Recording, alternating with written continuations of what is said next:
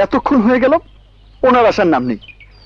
শালা প্রেম করিনি এতদিন, সেটাই ভালো ছিল।